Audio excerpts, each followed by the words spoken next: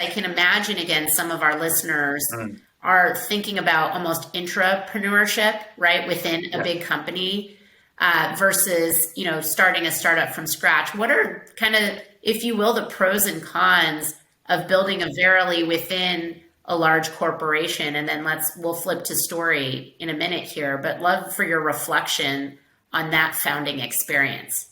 They're very, very different, frankly.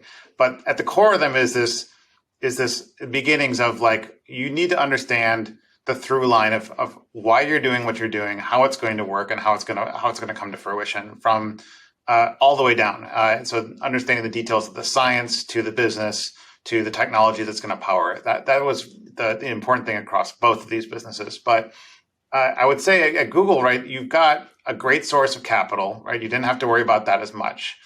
So you also have an amazing brand that opens basically any door you want. That's a great benefit to have. So it was great.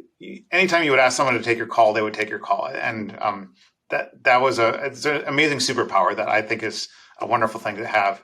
The other thing you have is frankly like great access to technology and resources, right? So those three things are the particularly valuable things about starting something inside of Google. Now, the downside is you're going to be a hobby project, frankly, right? So this is one of the things that a lot of times you're going to have a challenge at big companies is there's a core business. At the end of the day, when things are going well, there's an interest in doing more things, doing things great. When things are not going well, guess what are the first things to go? It's all the hobby projects are the first things to go. So you have to think about that and say, do I want to be the center of attention or do I want to be on the outskirts? And that's I think, one of the harder things about doing things at a large company.